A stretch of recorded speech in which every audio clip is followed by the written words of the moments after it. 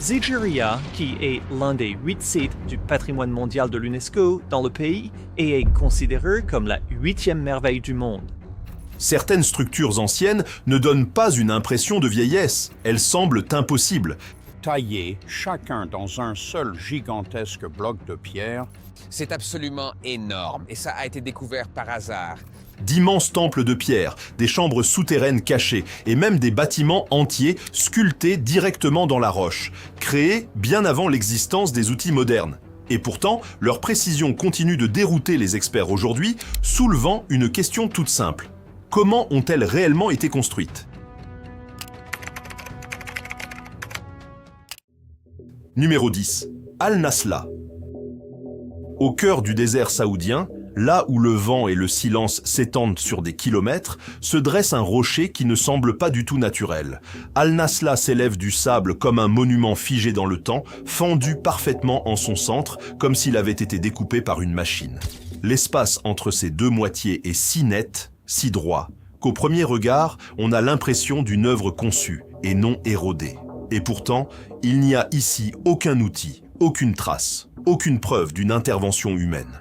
En y regardant de plus près, le mystère s'épaissit. Les deux moitiés reposent chacune sur de fins socles de pierre, presque avec délicatesse, comme si l'ensemble de la formation défiait la gravité. Elle ne s'effondre pas, elle ne penche pas, elle reste là, parfaitement en équilibre, intacte au milieu du chaos du désert qui l'entoure. Même les gravures, à sa surface, d'anciens pétroglyphes gravés il y a des milliers d'années semblent accentuer son étrangeté, comme si les humains d'autrefois en étaient déjà fascinés. Les géologues suggèrent que la fissure pourrait suivre une ligne de faille naturelle dans le grès, élargie lentement au fil des millénaires par les effets de dilatation et de contraction thermique. Mais cela n'explique pas à lui seul une telle précision, car ce qui rend Al-Nasla troublant, ce n'est pas le fait qu'il se soit fendu, c'est la netteté avec laquelle cela s'est produit. La surface paraît presque polie, comme si la nature, l'espace d'un instant, avait agi avec une précision chirurgicale. Dans un paysage façonné par le hasard, Al-Nasla semble intentionnel, et c'est précisément ce qui le rend si difficile à accepter. Numéro 9. Chand Baori. À première vue, cela ressemble à une illusion d'optique. Un motif vertigineux d'une symétrie parfaite qui se replie sur lui-même, marche après marche après marche, s'enfonçant profondément dans la terre. Chand Baori, au Rajasthan en Inde, n'est pas simplement un puits. C'est une énigme géométrique sculptée dans la pierre, d'une précision telle qu'elle semble presque numérique. Depuis la surface, la structure descend à plus de 20 mètres de profondeur, bordée de plus de 3500 marches étroites, disposées dans une répétition rigoureusement exacte. Aucune courbe. Aucun hasard, seulement des angles nets et un alignement parfait. Chaque niveau reflète le précédent, créant un effet hypnotique qui attire le regard vers le bas, comme si l'on était forcé d'en suivre le rythme. Mais cela n'a pas été construit uniquement pour la beauté. En descendant, quelque chose d'étrange se produit. La température chute de manière perceptible. Une fois au fond, il peut faire jusqu'à 5 ou 6 degrés de moins que dans le désert brûlant au-dessus. Dans une région où la chaleur domine tout, ce puits à degrés crée discrètement son propre microclimat, offrant un soulagement bien avant l'existence des systèmes de refroidissement modernes. Et cela soulève une question plus profonde. Comment des bâtisseurs, il y a plus de 1000 ans, ont-ils pu atteindre un tel niveau de précision mathématique tout en comprenant comment contrôler la température sous terre? Ce n'était pas le fruit du hasard, c'était une conception guidée par le savoir. Chand Baori n'est pas seulement une œuvre architecturale, c'est un calcul, une maîtrise du climat et une stratégie de survie réunies dans un silence parfait. Numéro 8. Naqsh et Rostam. Taillé en hauteur dans une falaise abrupte de calcaire en Iran, Naqsh et Rostam ne vous accueillent pas, ils vous dominent. 4 tombes massives, sculptées directement dans la paroi rocheuse, s'élèvent bien au-dessus du sol, leurs entrées placées si haut que même en les observant d'en bas, un malaise s'installe. Aucun chemin évident, aucune pente progressive, juste de la pierre verticale et du silence. Chaque tombe prend la forme d'une immense croix avec des sculptures détaillées encadrant l'entrée. Des rois de l'empire achéménide y ont été enterrés, dont Darius le Grand. Mais la vraie question n'est pas de savoir qui repose à l'intérieur, c'est plutôt de comprendre comment quelqu'un a pu atteindre de telles hauteurs pour les construire. Aucune preuve claire d'échafaudage, aucun vestige de rampe, aucune trace de plateforme de construction. Et pourtant, les sculptures sont précises, intentionnelles et cohérentes sur les 4 tombes. Ceux qui ont réalisé cela n'improvisaient pas. Ils avaient un plan et ils l'ont exécuté à la perfection sur une surface verticale.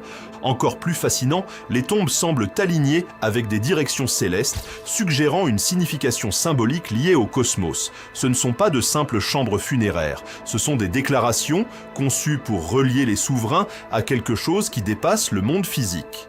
Naksh et Rostam ne défient pas seulement l'ingénierie, il remet en question notre compréhension de la manière dont les bâtisseurs anciens concevaient l'espace, la hauteur et l'éternité.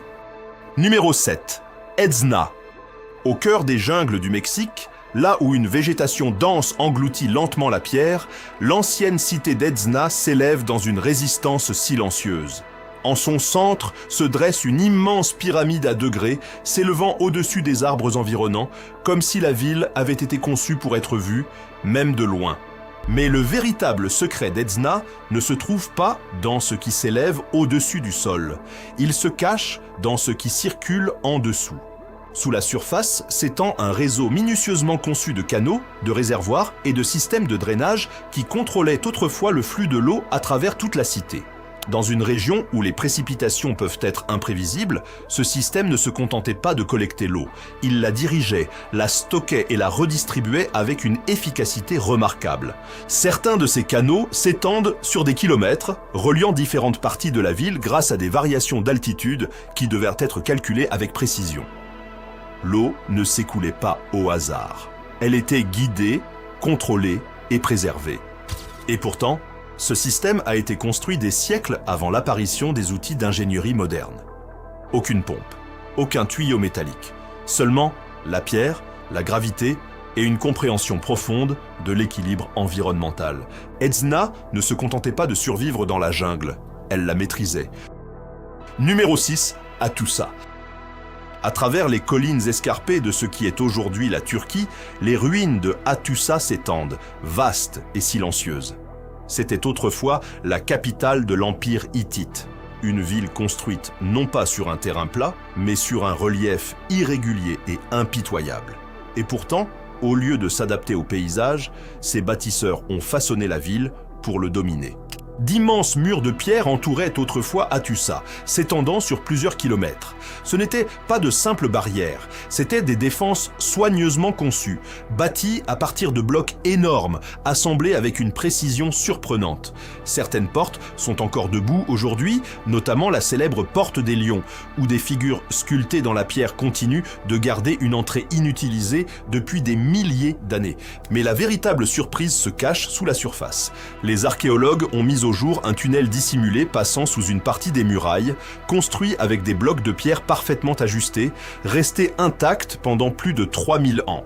Le passage s'étend sur environ 70 mètres, traversant un sol compact avec un niveau de stabilité structurelle qui semble bien en avance sur son époque. Construire au-dessus du sol est déjà un défi. Construire en dessous avec un tel niveau de précision relève d'un tout autre exploit. Hattusa n'était pas seulement une ville. C'était un système, conçu pour la défense, la circulation et le contrôle. Numéro 5, Palenque. Cachée au cœur des forêts denses du sud du Mexique, Palenque ne se révèle pas d'un seul coup. Elle apparaît lentement, des structures de pierre s'élevant à travers la canopée, comme si la cité cherchait encore à rester dissimulée. Le temple des inscriptions se trouve au centre de cet ensemble. De l'extérieur, il ressemble à une pyramide à degrés classiques. Mais à l'intérieur, il cache quelque chose de bien plus complexe. Un escalier dissimulé descend profondément dans la structure, menant à la tombe du roi Pakal. Au-dessus de la tombe, les bâtisseurs ont créé une voûte en encorbellement, soigneusement conçue pour répartir le poids sans provoquer d'effondrement. Et il y a encore plus étrange. Un canal étroit, appelé psychoduc, relie la tombe vers le haut à travers la structure. Il ne remplit aucune fonction structurelle, il ne draine pas l'eau, il semble symbolique, ce n'était pas seulement de l'architecture, c'était une croyance inscrite dans la pierre. Numéro 4, Sigiriya. De loin, cela paraît irréel. Une immense colonne de roche s'élevant à près de 200 mètres à la verticale au-dessus d'un paysage plat. Et à son sommet, un palais. Mais la véritable surprise se trouve en contrebas. À sa base, un réseau de jardins aquatiques et de fontaines fonctionne encore aujourd'hui, uniquement grâce à la gravité. Aucune pompe, aucune machine, juste la pression et une ingénierie d'une précision remarquable. Sigiriya n'a pas seulement été construit, il a été calculé. Numéro 3. Les grottes de Longjiu. Découvertes en 1992, ces grottes ont révélé quelque chose d'inattendu. D'immenses chambres souterraines sculptées avec précision. Plus d'1 million de mètres cubes de roches retirées. Aucune trace écrite, aucun outil, aucun débris. Ce n'est pas seulement mystérieux, ce sont des preuves qui manquent. Numéro 2. La Libella. En Éthiopie, des églises entières ont été creusées vers le bas dans la roche. Elles n'ont pas été construites. Elles ont été révélées. Chaque taille devait être parfaite dès le départ. Aucune correction, aucune seconde chance. Ce n'était pas de la construction, c'était de la précision à son plus haut niveau. Numéro 1. Borobudur. Au lever du soleil, Borobudur se dévoile lentement. Un immense mandala de pierre s'élevant couche après couche. Construit à partir de plus de 2 millions de pierres, conçu comme un voyage spirituel. Des systèmes de drainage dissimulés et des joints imbriqués assurent encore aujourd'hui sa stabilité. Il n'a pas seulement été construit pour exister, il a été conçu pour durer. Ces structures n'ont jamais été destinées à offrir des réponses faciles. Plus on les étudie, plus elles semblent se dérober, nous rappelant silencieusement tout ce que nous ne comprenons pas encore. Si cela vous a captivé, aimez la vidéo, abonnez-vous et dites quelle énigme vous souhaitez voir explorer ensuite.